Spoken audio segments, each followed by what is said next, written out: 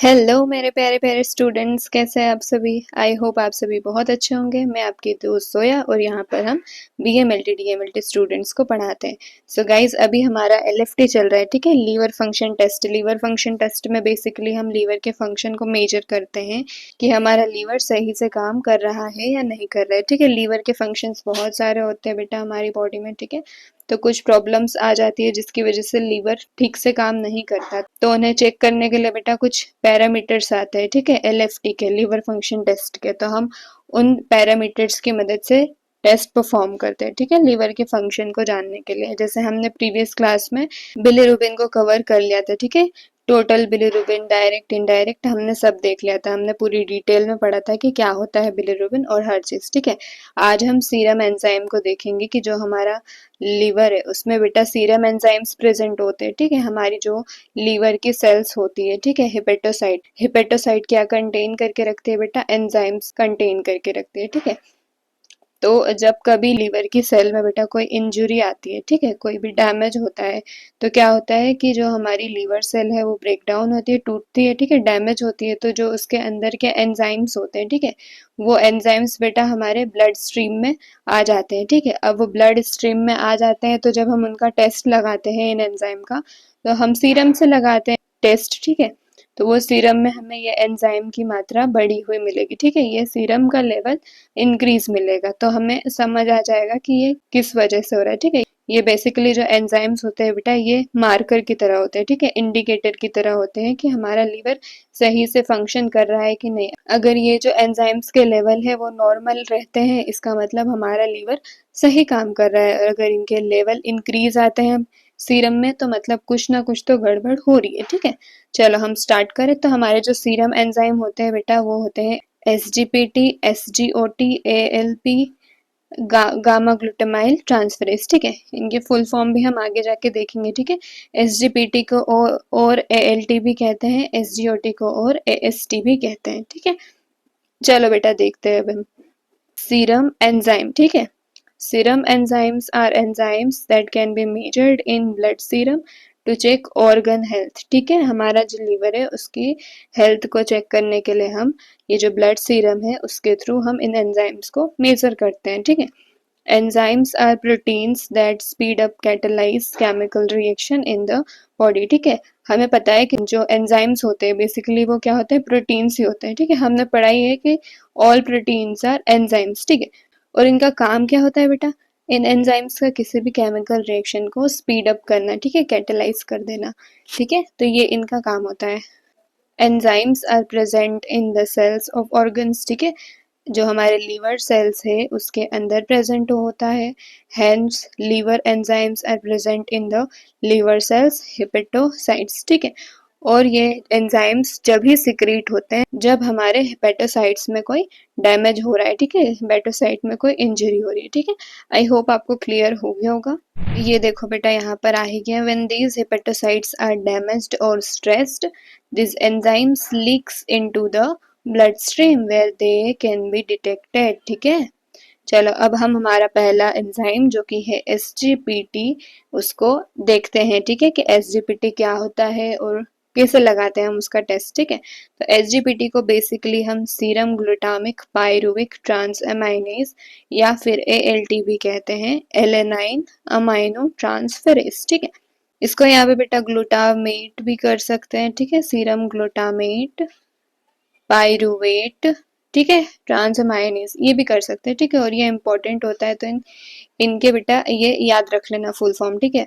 ALT से याद रख लेना लीवर, है ना। अब मैं लीवर क्यों बोल रही हूँ? क्योंकि ये हमारा जो एंजाइम है बेटा ये लीवर के लिए स्पेसिफिक होता है, ठीक है। जैसे लीवर में और भी दूसरे भी एंजाइम्स होते हैं ना, जैसे एसजीओटी हो गया, एएलपी हो गया, तो ये बेटा दूसरे अदर ऑर्गन्स में भी प्रेजेंट होते हैं, जैसे हमारा हार्ट हो गया, मसल हो गया, ठीक है। लेकिन ये जो बेटा एएलटी है ये लीवर स्पेसिफिक होता है ना, मोस्ट ऑफ द अमाउंट में ये सबसे ज्यादा अमाउंट में बेटा ये लीवर में ही प्रेजेंट होता है, ठीक है। हार्ट में भी प्रेजेंट होता है बट सबसे ज्यादा अमाउंट में लीवर में प्रेजेंट होता है, ठीक है। चलो अब देखो, liver specific enzyme helps convert proteins into energy for liver cell, ठीक है। ये प्रोटीन्स को एनर्जी में कन्वर्ट कर देता है हमारे लीवर सेल के लिए, ठीक है। An elevation in ALT is a highly specific marker for liver cell hepatocellular damage. ठीक है, जब हम एसजीपीटी का टेस्ट लगाएंगे और हमारे रिजल्ट में हमें जब एसजीपीटी का वैल्यू बहुत ज़्यादा ही बढ़ा हुआ मिलेगा हमारे सीरम में, तो ये सबसे ज़्यादा मतलब मार्कर होता है। ठीक है, स्पेसिफिक मार्कर होता है कि हमारे लीवर की सेल में कुछ तो डैमेज हुआ है। ठीक है, देखो एक्सीलेंट इंडिकेटर फॉर डायग्नोसिस कौन कौन सी, जैसे हेपेटाइटिस हो सकती है हमें। ठीक है, वायरल हेपेटाइटिस जैसे ABC हेपेटाइटिस। ठीक है, तो जब हेपेटाइटिस में क्या होता है बेटा, हमारे लीवर में इन्फ्लामेशन होता है। ठीक है, तो वो हमारी सेल्स को बेटा डैमेज करता है। अब सेल डैमेज होगी तो क्या निकलेगा बाहर, क्या लीक होगा बाहर, एसजीपीटी बाहर निकलेगा। ठीक है, और ये एक मार्कर होता है कि हमारी सेल में कुछ तो डैमेज हो रहा है। ठीक है, सिरोसिस लीवर में डैमेज, फिर से वही। ठीक है, SGPT, ALT also elevate in conditions such that gallbladder inflammation, heart attack, jaundice. ठीक है, जब हमारा गॉल ब्लैडर में कोई इन्फ्लामेशन होगा तो उस टाइम पर भी हमारा SGPT बढ़ेगा। ठीक है, और हमारे हार्ट अटैक। ठीक है, हार्ट अटैक अभी मैंने कहा कि ये हार्ट में भी प्रेजेंट होता है। ठीक है, तो अगर हार्ट अटैक हुआ तो उस कंडीशन में भी हमारा SGPT एलिवेट होगा, और जॉइंटिस की कंडीशन में भी SGPT एलिवेट होगा। ठीक है, आई होप आपको ये क्लियर हो गया होगा। चलो बेटा इसकी नॉर्मल वैल्यू देखो, तो इसकी नॉर्मल वैल्यू होगी 7 से 56 इंटरनेशनल यूनिट या फिर यूनिट पर लीटर। ठीक है, इसके मेथड देखो, तो मेथड कौन सी होगी, मेथड होगी रीटमैन एंड फ्रैंकल्स मेथड। ठीक है, REI आएगा बेटा यहाँ पे। ठीक है, REITMAN, रीटमैन एंड फ्रैंकल्स मेथड। रिएक्शन कौन सी होगी, एंड पॉइंट रिएक्शन होगी। ठीक है, अब इसका प्रिंसिपल देखो बेटा, तो देखो हम अभी क्या पढ़ रहे हैं, SGPT पढ़ रहे हैं। ठीक है, SGPT, और क्या बोलते हैं इसको, ALT। ठीक है, इसके नाम से ही देखो, इसका नाम को जान लोगे, इसके फुल फॉर्म को पता कर लोगे तो इसका प्रिंसिपल अपने आप समझ में आ जाएगा। सीरम ग्लूटामेट, देखो इधर हमें ग्लूटामेट दिख रहा है ना, फिर क्या पायरुवेट, देखो इधर पायरुवेट दिख रहा है। ठीक है, एलेनाइन। ठीक है, ये इधर एलेनाइन दिख रहा है। ठीक है, अब इतना से जान लोगे तो पूरा प्रिंसिपल ही समझ जाओगे। देखो क्या होता है, देखो यहाँ पे ना सीरम SGPT आएगा। ठीक है, SGPT लिखना भूल गई मैं। देखो क्या होता है कि ये SGPT का फुल फॉर्म क्या है, सीरम ग्लूटामेट पायरुवेट ट्रांसअमाइनेज। ठीक है, ट्रांसअमाइनेज मतलब क्या कि ये कुछ तो ट्रांसफर कर रहा है ना, तो ये क्या ट्रांसफर कर रहा है, देखो ये SGPT बेसिकली हमारा अमाइनो एसिड में से अमाइनो ग्रुप को ट्रांसफर कर रहा है। ठीक है, अमाइनो एसिड, ये जो एलेनाइन है ये हमारा अमाइनो एसिड है। ठीक है, अमाइनो एसिड में से बेटा ये अमाइनो ग्रुप को ट्रांसफर कर रहा है इसके पास। ठीक है, अमाइनो ग्रुप को ट्रांसफर कर दिया इसने, तो क्या बन गया हमारा नया अमाइनो एसिड बन गया। ठीक है, कौन सा, ये ग्लूटामेट। ठीक है, ये हमारा नया अमाइनो एसिड है। ठीक है, तो इसने ग्लूटामेट बना दिया, और क्या बना दिया इसने, और बना दिया इसने पायरुवेट। पायरुवेट बेटा कीटो ग्रुप है। ठीक है, तो ये बन गया। फिर ये पायरुवेट जो है, ये पायरुवेट के ऊपर एक और एंजाइम काम करता है, कौन सा, LDH। ठीक है, ये है लैक्टेट डिहाइड्रोजिनेस। ठीक है, ये लैक्टेट डिहाइड्रोजिनेस बेटा पायरुवेट के ऊपर काम करेगा इन द प्रेजेंस ऑफ DNPH, ये सबस्ट्रेट होता है। ठीक है, डाइनाइट्रोफिनाइल हाइड्राजिन। ठीक है, इसकी प्रेजेंस में ये LDH इसके ऊपर काम करेगा और इसको कन्वर्ट कर देगा एक कलर कॉम्प्लेक्स में। ठीक है, ब्राउन कलर के कॉम्प्लेक्स में, जिसको बोलते हैं हाइड्राजिन। इसको हटा दो, लिखूं कहाँ वरना, देखो इसको ये कन्वर्ट कर देता है बेटा हाइड्राजोन में। ठीक है, हाइड्राजोन, एक मिनट स्पेलिंग, हाइड्राजोन में, which is brown colour complex. Okay, got it, I hope आपको ये क्लियर हो गया होगा। ठीक है, चलो अब इसका रिएजेंट देखो, रिएजेंट देखो, तो इसके रिएजेंट बेटा L1 और L2 होगा। ठीक है, कौन कौन सा होगा, L1 alpha glutarate plus DNPH ये सबस्ट्रेट है, और ये LDH एंजाइम। ठीक है, और क्या होगा, ट्रिस बफर प्लस एलेनाइन। ठीक है, अब ये दोनों का हमें वर्किंग रिएजेंट कैसे बनाना है, तो हम क्या करेंगे कि इसका L1 का हम फोर्थ पार्ट लेंगे। ठीक है, और L2 का हम एक पार्ट लेंगे, और इन दोनों को मिक्स करके हमारा वर्किंग रिएजेंट बन जाएगा। ठीक है, देखो प्रोसीजर को देखो, mix 4 part of L1 and 1 part of L2 to each other and make a working reagent. ठीक है, क्लियर हो गया? इन दोनों को मिक्स करके हम हमारा वर्किंग रिएजेंट बना देंगे। ठीक है, चलो आई होप आपको ये सब क्लियर हो गया होगा। अभी आ गई हमारी टेस्ट प्रोसीजर। तो देखो हम दो ट्यूब्स लेते हैं। ठीक है, एक आ गई ये ट्यूब, एक आ गई ये ट्यूब। ठीक है, ये मान लो टेस्ट है, टेस्ट वाली ट्यूब है जिसमें हमने हमारा टेस्ट लगाना है, और ये आ गई हमारी ब्लैंक जिससे हमें कंपैरिजन करना है। ठीक है, तो अब क्या होता है, वर्किंग रिएजेंट हमने बना लिया दोनों को पार्ट करके, है ना। अब ये वर्किंग रिएजेंट हम इसमें भी डालेंगे 1 ml और इसमें भी डालेंगे 1 ml। ठीक है, अब डिस्टिल्ड वाटर, ये ब्लैंक में हम हमेशा डिस्टिल्ड वाटर डालते हैं। ठीक है, तो हम 100 माइक्रोलीटर हमने इसमें डाल दिया डिस्टिल वाटर, और सीरम जो हमारा टेस्ट है उसमें हम क्या डालेंगे, 100 माइक्रोलीटर सीरम डालेंगे। ठीक है, हमने डाल दिया, फिर हम इसको इंक्यूबेट करने के लिए रख देंगे 1 मिनट के लिए, और जो भी एब्जॉर्बेंस आएगा उसको 340 नैनोमीटर पर मेजर कर लेंगे। ठीक है, चलो तो चलो बेटा, हमारा हो गया SGPT कंप्लीट। ठीक है, अब हम SGOT पे बढ़ते हैं। तो हम देखो सबसे पहले तो ये चीज जान लो, अगर किसी को ना पता हो, कि हम जो हमारा सैंपल लेंगे वो क्या लेंगे, हम सीरम लेंगे। ठीक है, क्योंकि हम ब्लड में चेक कर रहे हैं। ठीक है, हमारे SGPT SGOT और बाकी जो सीरम एंजाइम्स है, तो मान समझ ही लो ना कि ब्लड सैंपल लेना है और उसका भी हमें सीरम से लगाना है टेस्ट। ठीक है, और कौन सी ट्यूब में लेते हैं, तो हम इसे रेड टॉप में लेते हैं। ठीक है, हमेशा याद रखना रेड टॉप वाली ट्यूब में ही हम लेंगे। ठीक है, इनको, चलो सारी चीजें हो गई ना क्लियर। आई होप आपको सब कुछ क्लियर हो गया होगा। ठीक है, चलो अब SGOT को पढ़ते हैं।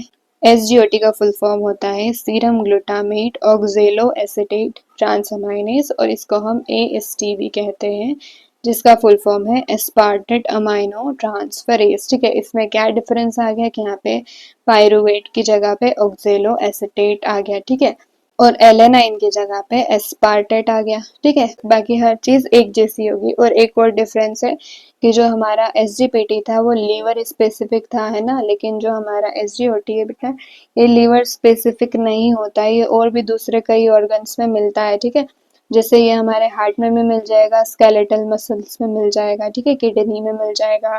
ठीक है, तो इन जगहों पर भी ये हमें मिलता है। ठीक है, इसलिए हम इसको स्पेसिफिक लीवर के लिए नहीं बोल सकते। जैसे अगर हम टेस्ट लगा रहे हो और हमें SGOT बढ़ा हुआ मिलता हुआ आया, तो हम कंफर्म ये नहीं बोल सकते हैं कि ये लीवर की प्रॉब्लम की वजह से होगा। ठीक है, अगर हार्ट में कुछ दिक्कत है या फिर अगर मसल में कोई प्रॉब्लम है, ठीक है, तो उस कंडीशन में भी बेटा हमारा SGOT बढ़ा हुआ आ सकता है। ठीक है, चलो देखते हैं इसको। It can be found in heart, muscle, kidneys and other tissues along with liver. ठीक है, this is why AST is not considered as liver specific. ठीक है, ये भी हो गया, इसलिए हम इसको liver specific नहीं बोल सकते। If liver cell gets damaged, ठीक है, अगर लीवर की सेल डैमेज हुई तो हमारा AST बढ़ा हुआ मिलेगा हमें ब्लड में, सीरम में। ठीक है, but it does not confirm liver problem. But liver की प्रॉब्लम है कि नहीं है ये कंफर्म नहीं होगी। ठीक है, अगर हार्ट में बेटा कोई प्रॉब्लम है तो हार्ट की सेल डैमेज होगी, तो वहां से फिर रिलीज होगा, ब्लड में आ सकता है। ठीक है, ऐसा तो हमें कंफर्म नहीं हो रहा कि लीवर से ही निकल के आ रहा है।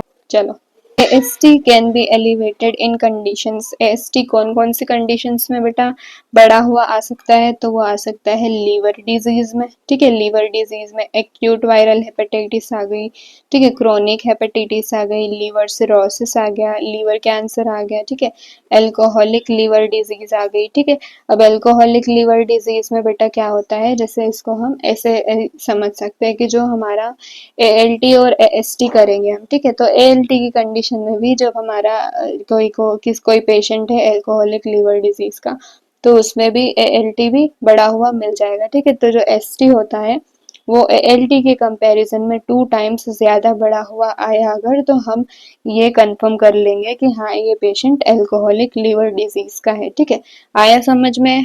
देखो फिर से समझो, जैसे हमने AST लगाया, ठीक है, अब AST हमारा बढ़ा हुआ आया, ठीक है, लेकिन अभी हम ये नहीं पता, हमें कंफर्म नहीं कर पा रहे हम कि ये लीवर की ही प्रॉब्लम है कि नहीं है। ठीक है, तो अब हम क्या लगाएंगे, अब हम लगाएंगे ALT। अब ALT भी अगर बढ़ा हुआ आया तो ये कंफर्म हो जाएगा कि हाँ भाई ये एल्कोहलिक लीवर डिजीज वाला पेशेंट है। अब वो भी कैसे, अगर ये ALT से बेटा ये LT है, ठीक है, ये हो गया AST, अगर ये ALT से ये AST 2 गुना ज्यादा आया, ठीक है, तो ये कंफर्म हो जाएगा बेटा कि हाँ ये हमारा जो पेशेंट है ये अल्कोहलिक लीवर डिजीज का पेशेंट है। ठीक है, आई होप आपको क्लियर हुआ होगा। चलो अब आगे बढ़ते हैं हम। ठीक है, और किस किस कंडीशन में बढ़ता है बेटा ये तो, और हार्ट डिजीज की कंडीशन में बढ़ेगा। ठीक है, अगर कोई पेशेंट को मायोकार्डियल इंफेक्शन हुआ है तो उनकी सेल डैमेज हुई है तो उस सेल में से हमारा एसजीपीटी रिलीज हुआ है ब्लड में तो भी ये हमारा बढ़ा हुआ आएगा। ठीक है, फिर मसल डिजीज में स्केलेटल मसल, कोई मसल में इंजरी हुई है, ठीक है, तो भी ये हमारा ब्लड में आएगा। अगर हिमोलिसिस हुई है तो आएगा। किडनी डिजीज हुई है, ठीक है, ये रेयर होती है बट अगर ये कंडीशन में हमारा एसजीओटी हमें बढ़ा हुआ मिलेगा। ठीक है, चलो अब मेथड देखो इसकी, तो मेथड वही सेम होती है, रीटमैन एंड फ्रैंकल्स मेथड। ठीक है, इसमें डिफरेंस क्या था कि वो पायरुवेट बना रहा था बेटा और ये क्या बनाएगा, ये बना देगा ऑक्जेलो एसिटेट। ठीक है, ये वही रिएक्शन होती है, एंड पॉइंट रिएक्शन। ठीक है, सैंपल हम इसमें भी वही लेंगे सीरम, और इसमें भी हम रेड टॉप ट्यूब में लेंगे। ठीक है, जिसको हम प्लेन ट्यूब भी कहते हैं। ठीक है, नॉर्मल वैल्यू इसकी क्या होगी, 5 से 40 इंटरनेशनल यूनिट या फिर यूनिट पर लीटर। ठीक है, चलो अब इसका प्रिंसिपल समझते हैं हम। ये देखो यहाँ पे भी सेम चीजें हो रही है, बस पायरुवेट की जगह पे ऑक्जेलो एसिटेट आ जाएगा। देखो क्या हो रहा है यहाँ पे, ये हो रहा है कि ये जो हमारा एस्पार्टेट ट्रांसफेरेज है, ठीक है, ये एस्पार्टेट ट्रांसफेरेज क्या करेगा, इस एस्पार्टेट में से अमाइनो ग्रुप निकालेगा, ये वही हमारा अमाइनो एसिड है। ठीक है, इस अमाइनो एसिड में से अमाइनो ग्रुप निकाल के इसमें दे देगा। ठीक है, इस अल्फा कीटोग्लूटारेट को दे देगा। ठीक है, तो वही क्या बनेगा, फिर इससे बन जाएगा हमारा ग्लूटामेट और ऑक्जेलो एसिटेट। ठीक है, ये वही एएसटी क्या होता है बेटा, ट्रांस अमाइनेज होता है, तो ये क्या करता है, ये ट्रांसफर करने का काम करता है अमाइनो एसिड को अल्फा कीटोग्लूटारेट में। ठीक है, क्या बना देता है फिर, ग्लूटामेट और ऑक्जेलो एसिटेट। अब ये ऑक्जेलो एसिटेट बेटा फिर से रिड्यूस होता है, ठीक है, in the presence of LDH and DNPH. ठीक है, ये डीएनपीएच का बेटा ये फॉर्मूला है, डी NPH का ये फॉर्मूला। ठीक है, डाई नाइट्रोफिनाइल हाइड्राजिन। ठीक है, ये इसमें रिड्यूस होके फिर ये क्या बना देगा, ये बना देगा डाई नाइट्रोफिनाइल हाइड्रोजोन। ठीक है, ये किस कलर का होता है, ये बेटा होता है रेड कलर का। ठीक है, आई होप आपको ये प्रिंसिपल भी क्लियर हो गया होगा। ठीक है, चलो अब इसके रिएजेंट्स देखते हैं, तो रिएजेंट इसमें भी वही रहेगा, अल्फा कीटोग्लूटारेट, डीएनपीएच ये सबस्ट्रेट रहेगा। ठीक है, और ये एलडीएच रहेगा, फिर क्या आ जाएगा L2, इसमें ट्रिस्पफर प्लस एल एस्पार्टिक एसिड। ठीक है, इनको भी हम सेम जो हमने 4 पार्ट लिए थे एसजीपीटी में, वैसे ही हम इसमें भी 4 पार्ट ऑफ हमारा L1 लेंगे और 1 पार्ट ऑफ L2 लेंगे, उसको मिक्स करके हम हमारा वर्किंग रिएजेंट बना देंगे। ठीक है, चलो अब आगे बढ़ो। चलो अब प्रोसीजर को देख लो। तो प्रोसीजर में वही सेम चीज, 4 पार्ट उसके मिलाएंगे, 1 पार्ट L2 रिएजेंट का मिलाएंगे। ठीक है, और बना देंगे हमारा वर्किंग सोल्यूशन। फिर हम सेम चीज करेंगे, 2 टेस्ट ट्यूब लेंगे। ठीक है, एक टेस्ट की रहेगी, एक ब्लैंक की रहेगी।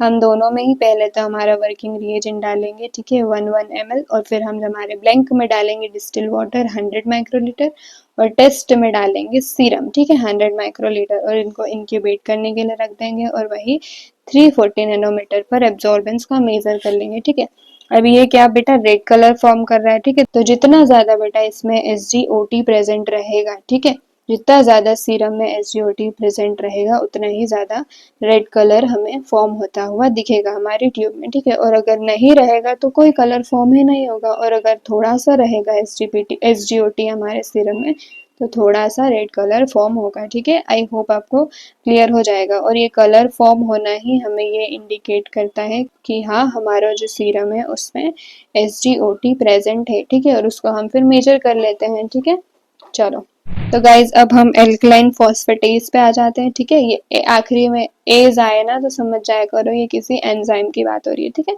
जैसे एसजीपीटी में क्या था, ट्रांसअमाइनेज, ठीक है, ट्रांसफेरेज, फॉस्फेटेज। ठीक है, तो एज आएगा लास्ट में तो समझ जाना कि ये एंजाइम की बात हो रही है। ठीक है, इसका शॉर्ट फॉर्म ये है एलपी। ठीक है, तो कोई एलपी बोले तो समझ जाना कि अल्कलाइन फॉस्फेट की बात हो रही है। ठीक है, अब ये एलपी क्या होता है, ये एएलपी बेटा हाइड्रोलेज एंजाइम होता है। ठीक है, ये क्या करता है, ये जो फॉस्फेट ग्रुप रहता है ना इसका, इसको ये रिमूव कर देता है। ठीक है, एल्कलाइन मीडियम में। ठीक है, देखो क्या करता है, that removes phosphate group from molecule eight alkaline pH 9 से लेके 10, ये बहुत ही ज़्यादा ही एल्कलाइन मीडियम पे ये रिड्यूस कर देगा अपने फॉस्फेट ग्रुप को, ठीक है।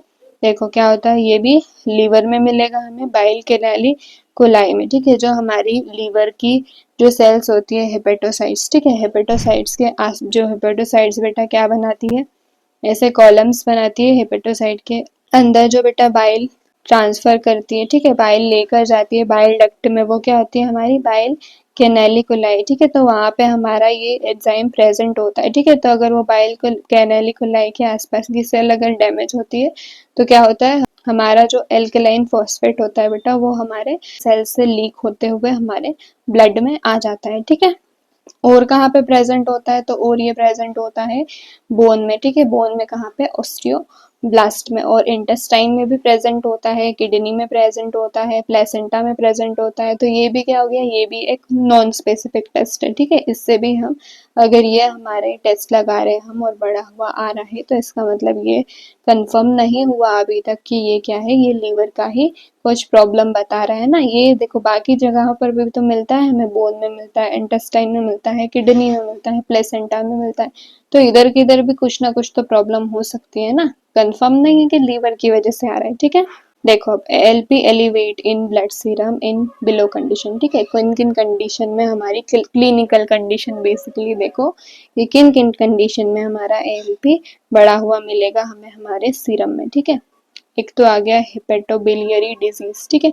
हिपेटोबिलियरी डिजीज मतलब जो हमारे लीवर में बाइल की कुछ दिक्कत आ जाती है, उसमें भी हमें हमारा, क्योंकि ये वही ना बाइल कैनालिकुलाई में ही की सेल्स में ही तो प्रेजेंट होता है ये, ठीक है। तो वहीं पे अगर कोई प्रॉब्लम आएगी बिलियरी सिस्टम में, ठीक है, तो ये बड़ा हुआ आएगा। और फिर कहाँ पे, ऑब्स्ट्रक्टिव जॉइंटिस में बड़ा हुआ आएगा बेटा, ठीक है। ये कोलियस्टेसिस में बड़ा हुआ आएगा। अब बेटा ये कोलेस्टेसिस क्या होता है, कोई बच्चे को कंफ्यूजन होगा, तो कोलेस्टेसिस बेटा ऐसी कंडीशन होती है जिसमें जो हमारा बाइल का फ्लो होता है वो इम्पेयर्ड हो जाता है, ठीक है, बिगड़ जाता है, जिसकी वजह से क्या होता है, जैसे बहुत सी कंडीशन होती है ना, जैसे बाइल डक्ट में कोई ऑब्स्ट्रक्शन आ गया, ठीक है, जैसे गोल ब्लेडर में स्टोन हो गया, ठीक है, पेनक्रियाज में ट्यूमर हो गया, तो उसकी वजह से क्या होता है, हमारे बाइल मतलब सही से फ्लो नहीं हो पाता है, ठीक है, बाहर नहीं आ पाता है, लीवर से निकल नहीं पाता है, तो वहाँ पे क्या हो जाता है, बाइल का बहुत ज्यादा एक्यूमुलेशन हो जाता है, ठीक है, बिलिरुबिन का हो जाता है, कोलेस्ट्रॉल का हो जाता है लीवर में, ब्लड में।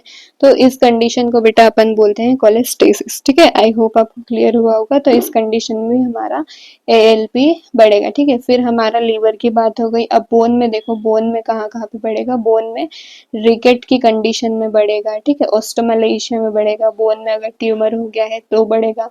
फिर फिजियोलॉजिकल कंडीशंस आती है, जैसे प्रेगनेंसी में भी बेटा जो प्लेसेंटल एएलपी होता है, ठीक है, तो वो प्लेसेंटल एलपी बढ़ेगा, ठीक है।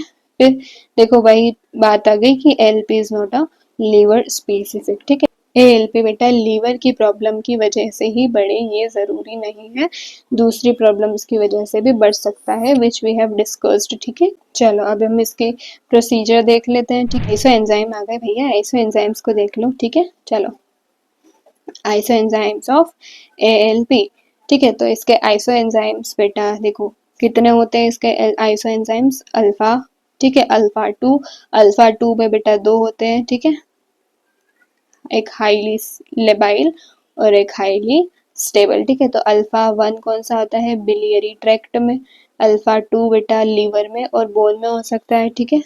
फिर आते हैं प्री बीटा, ये कहाँ पे, ये प्लेसेंटा में प्रेजेंट होते हैं, और गामा एएलपी ये इंटेस्टाइन में प्रेजेंट होते हैं, ठीक है। तो ये बेटा इसके आइसो एंजाइम्स की बात हो रही है, ठीक है। अब कुछ स्टूडेंट को बेटा आइसो एंजाइम्स का मतलब नहीं पता होगा, ठीक है, कि आइसो एंजाइम्स क्या होते हैं। आइसो मतलब एक जैसा, ठीक है, आइडेंटिकल, और एंजाइम्स का मतलब तो हमें पता ही है, प्रोटीन्स होते हैं बेसिकली है, ठीक है। तो एक जैसे एंजाइम को हम आइसो एंजाइम बोलेंगे, ठीक है। बेसिकली सेम ही एंजाइम रहेगा, ठीक है। एंजाइम कौन सा है हमारा, एएलपी, ठीक है। तो एएलपी एंजाइम रहेगा, बट इसके और भी अलग अलग फॉर्म्स होते हैं, ठीक है। जैसे एक लीवर में प्रेजेंट होता है, बोन में रहता है, इंटेस्टाइन में रहता है, तो ये इसके अलग अलग फॉर्म्स हो गए एएलपी के, तो इनको हम आइसो एंजाइम्स बोलेंगे, ठीक है। आई होप अब आपको ये चीज़ भी क्लियर हो गई होगी। अब हम इसकी मेथड को देखते हैं, तो हम इसमें मेथड कौन से लगाते हैं, पैरा नाइट्रोफिनाइल फॉस्फेट, ठीक है, ये मेथड लगती है इसमें। अब इसका हम प्रिंसिपल देखते हैं, ठीक है। तो प्रिंसिपल में बेटा क्या हो रहा है, हमने देखा था कि एएलपी क्या करता है बेटा, एएलपी अल्कलाइन कंडीशन में फॉस्फेट ग्रुप को रिमूव करवा देता है, ठीक है। तो ये जो हमारा पी नाइट्रोफिनाइल फॉस्फेट है ये हो गया हमारा substrate.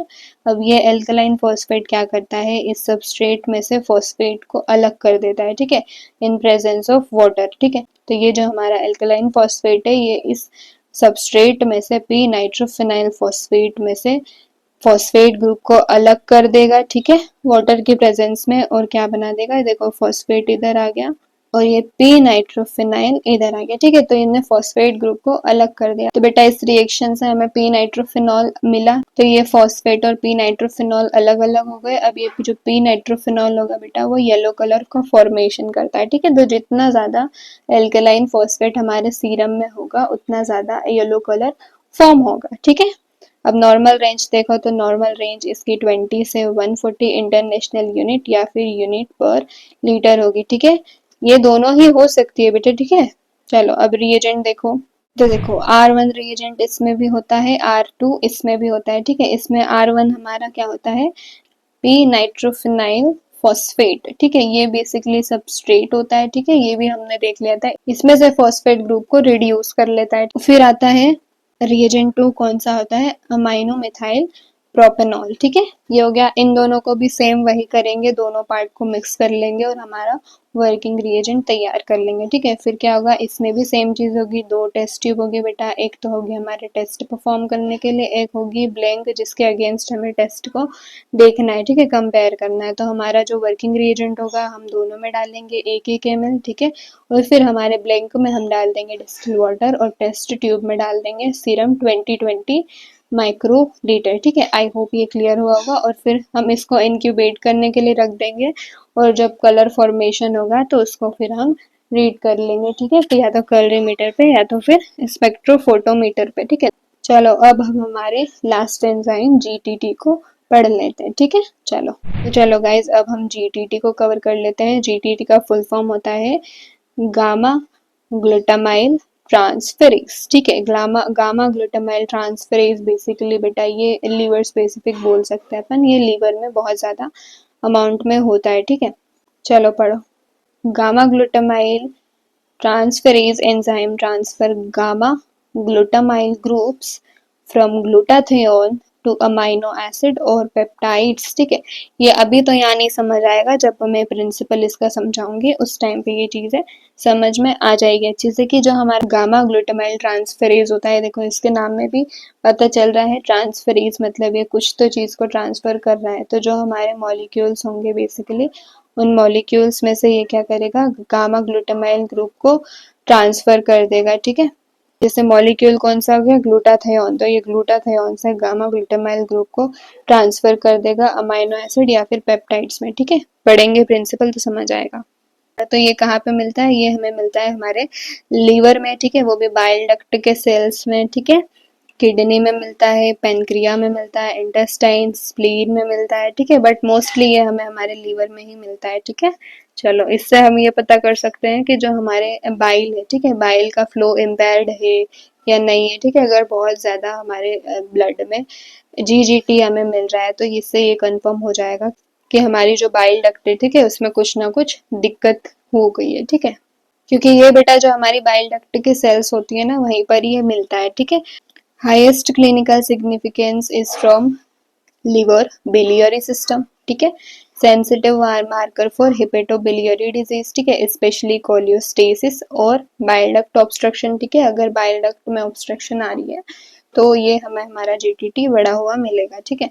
Helps differentiate whether ALP increase because of liver or of other issues, ठीक है। अब क्या बोल रहा है कि जो हमारा एएलपी था हमने देखा था कि एएलपी बेटा स्पेसिफिक नहीं होता, ठीक है, और भी दूसरे ऑर्गन्स में भी प्रेजेंट मिलेगा, हमें मिलेगा, ठीक है। अब एएलपी जैसे बड़ा हुआ आया, हमने एलपी लगाया, हमारा एएलपी बड़ा हुआ आया, ठीक है। तो अब हम ये कैसे कंफर्म करें कि ये हमारे लीवर की ही बाइल डक्ट की वजह से बड़ा हुआ आया कि नहीं आया, तो हम क्या करते हैं, हम लगाते हैं जीटीटी। अब जीटीटी तो लीवर स्पेसिफिक है, मोस्टली हमारे बाइल डक्ट में कोई प्रॉब्लम होती है, ठीक है, उसी के सेल्स में से रिलीज होता है। तो क्या करते हैं, जब हम जीटीटी लगाएंगे और अगर जीटीटी बड़ा हुआ आया तो ये कंफर्म हो जाएगा कि हमारा एएलपी जो है वो लीवर की प्रॉब्लम की वजह से ही बड़ा हुआ आया है। देखो ये क्लियर, इधर देखो GGT इंक्रीज और अगर ALP बढ़ेगा तो ये क्या हो जाएगा, कंफर्म। ठीक है, कंफर्म लीवर के बाइल डक्ट में कुछ प्रॉब्लम आई है। ठीक है, और अगर GGT कम है और ALP बड़ा है तो बेटा कुछ ना कुछ दूसरी वजह से हमारा ALP बढ़ा हुआ आया है। ठीक है, लेकिन लीवर की वजह से नहीं आया। तो जो हमारा GGT है बेटा वो कंफर्मेटरी टेस्ट है। ठीक है, ALP के लिए कि अगर ALP बड़ा हुआ आया है और GGT भी बड़ा हुआ आया है तो मतलब ये कंफर्म हो गया कि हाँ हमारा बाइल डक्ट में कुछ तो प्रॉब्लम है। ठीक है, ALP भी बेटा हमारी बिलियरी जो बाइल कैनालिकुलाई थी है ना, वहीं की सेल में मिल रहा था हमें, वो भी हमारी कोलियोस्टेसिस की वजह से बढ़ रहा था। ठीक है, बाइल डक्ट ऑब्स्ट्रक्शन की वजह से बढ़ रहा था। वैसे ही GTT भी बेटा हमें हमारी बाइल डक्ट की सेल्स में मिलता है। ठीक है, तो अगर बाइल डक्ट में कोई ऑब्स्ट्रक्शन आ रहा है, ठीक है, तो ये बड़ा हुआ मिलेगा। ठीक है, कोलियोस्टेसिस वही चीज हो गई, कोलियोस्टेसिस मैंने आपको समझा दिया था। ठीक है, चलो वो दूसरे कॉजेस क्या हो सकते हैं GTT के बढ़ने के, ये देख लेते हैं हम, है ना। GTT और कहाँ कहाँ पे होता है, GTT और होता है हमारी किडनी में, पेनक्रिया में, इंटेस्टाइन में, स्प्लीन में। तो बेटा इन्हीं में कुछ प्रॉब्लम आ रही होगी तो और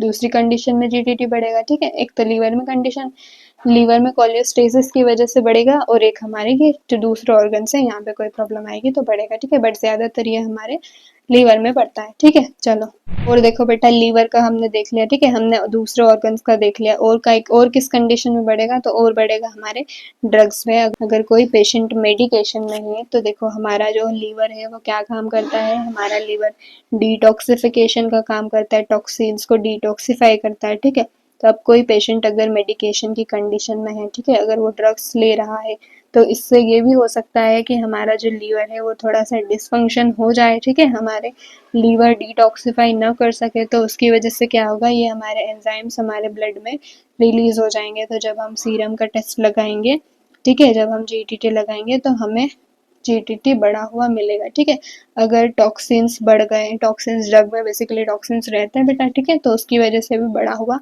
मिलेगा। पेनक्रिएटिक डिजीज की वजह से भी बढ़ा हुआ मिलेगा। ठीक है, और बहुत रेयर होगा अगर हार्ट फेलियर हो गया या डायबिटीज हो गई किसी पेशेंट को तो उनमें भी बढ़ा हुआ मिल सकता है। ठीक है, अब प्रिंसिपल देखो इसका।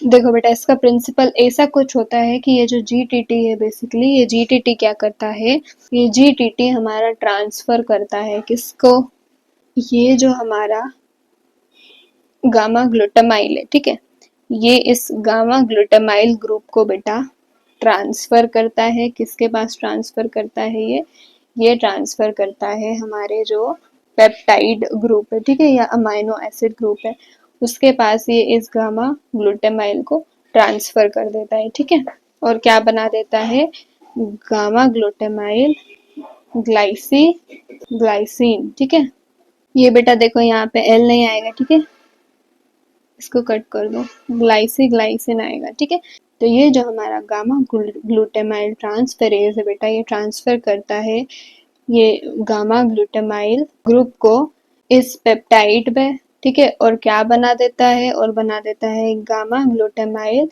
ग्लाइसिन। ठीक है, अब ये जो हमारा है, ये हमारा, इसको हम ग्लूटाथियोन भी बोल सकते हैं या इसको बेसिकली हम सबस्ट्रेट बोलो तो वो आपको समझ में आएगा। ठीक है, तो ये एंजाइम इस सबस्ट्रेट के साथ में रिएक्ट करके क्या करता है, इसमें से जो हमारा गामा ग्लूटामाइल ग्रुप है उसको रिमूव कर देता है। ठीक है, निकाल देता है, और इस जो पेप्टाइड है अमाइनो एसिड, ठीक है, उसके पास ट्रांसफर कर देता है, और क्या बना देता है, गामा ग्लूटामाइल ग्लाइकोग्लाइसिन। ठीक है, और इसके पास फिर क्या बचेगा, इसके पास फिर बचेगा पी नाइट्रो एनिलिडिन। ठीक है, अब ये जो हमारा रिड्यूस्ड सब्सटेंस है ये येलो कलर फॉर्म करेगा। ठीक है, चलो आगे क्लियर, आगे आप समझ में प्रिंसिपल। ठीक है, अब तो 100% आ गया होगा। चलो अब नॉर्मल रेंज को देखो इसकी। बेटा GGT की नॉर्मल रेंज होती है बच्चों में 3 से 30 इंटरनेशनल यूनिट या फिर यूनिट पर लीटर, और मेल में होती है 5 से 38 इंटरनेशनल यूनिट, और फीमेल में होगी 5 से 29 इंटरनेशनल यूनिट। इनकी बेटा ये जो वैल्यूज है ये वेरी करती है। ठीक है, लैब टू लैब। ठीक है, रिएजेंट देखो तो इसमें R1 रिएजेंट 1 जो कि सबस्ट्रेट था, ठीक है, हमने देखा था गामा ग्लूटामाइल पी नाइट्रो एलिडिन। ठीक है, ये देखो ये हो गया हमारा। ठीक है, ये हमारा सबस्ट्रेट हो गया, R2 हमारा बफर हो गया, बफर में कौन कौन से आएंगे, मैग्नीशियम क्लोराइड और ग्लाइसिन, ठीक है। इन दोनों को सेम वही वर्किंग सॉल्यूशन बनाने के लिए, वर्किंग रिएजेंट बनाने के लिए मिक्स करेंगे, ठीक है। प्रोसीजर देखो, प्रोसीजर सेम, हम 2 टेस्ट ट्यूब लेंगे, ठीक है, एक हमारे टेस्ट के लिए और एक ब्लैंक के लिए। दोनों में हम वर्किंग रिएजेंट डालेंगे 1 ml, ठीक है, या फिर 1000 माइक्रोलीटर जो भी, ठीक है, डाल देंगे। और फिर ब्लैंक में हम डालेंगे हमारा डिस्टिल वाटर 100 माइक्रोलीटर, और हम टेस्ट वाली ट्यूब में डालेंगे हमारा 100 माइक्रोलीटर सीरम, ठीक है। और हम इसको कलेक्ट काय में करते हैं, हमारे ब्लड को हम रेड टॉप वाइल में कलेक्ट करते हैं, ठीक है। तो हमारे सीरम एंजाइम्स बेटा यहीं पे खत्म होते हैं, ठीक है। आई होप आपको सब कुछ अच्छे से क्लियर हुआ होगा, ठीक है। तो हमने एलएफटी में हमारे बिलिरुबिन को कंप्लीट कर लिया और सीरम एंजाइम्स को कंप्लीट कर लिया, ठीक है। अब हमारा बचा है प्रोटीन, ठीक है, protein albumin, total protein, albumin globulin और एल्ब्यूमिन ग्लोबुलिन रेशियो, ठीक है। तो अब इसको हम नेक्स्ट क्लास में कंप्लीट करेंगे, ठीक है। तो आज की क्लास में अगर कोई डाउट रहा हो आपको तो आप मुझे कमेंट बॉक्स में कमेंट करके बता सकते हैं। और वीडियो अगर समझ में आई हो, ठीक है, हेल्पफुल लगी हो तो लाइक करना, शेयर करना, कमेंट करना और सब्सक्राइब करना चैनल को बिल्कुल मत भूलिएगा, और बेल आइकन को भी हिट कर दीजिएगा ताकि आपको नए वीडियोस के अपडेट्स मिलते रहे, ठीक है। चलो अब हम नेक्स्ट क्लास में मिलते हैं, बाय बाय।